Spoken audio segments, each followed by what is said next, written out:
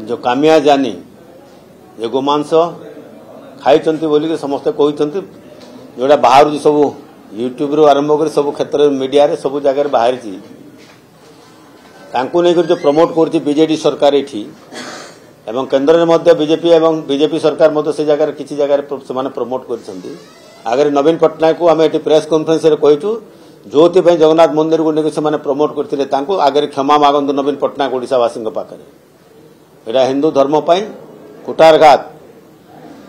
नवीन पट्टनायक मुख्यमंत्री भाव में जदि यही प्रकार करेंगे हिंदू मान सेंटिमेंट सहित खेलिए हिंदू मान भाववेग सहित खेलिए ताहले ओडिशावासी केबे भी क्षमा देवे नहीं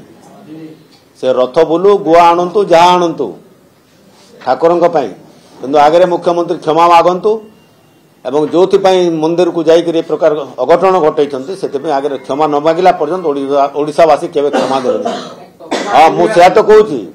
ओडिशार जनसाधारण जो भाववेग सहित खेलुं नवीन पट्टनायक सरकार जगन्नाथ मंदिर को लेकर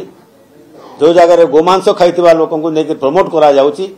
से जगह ओडिशावासी केमिति चुप होकर रहिबे से जेते रथ बाहर करतु जेते गुआ नियंतु जेते नड़िया नियंतु जेते पानी नियंतु जेते क्षीर नियंतु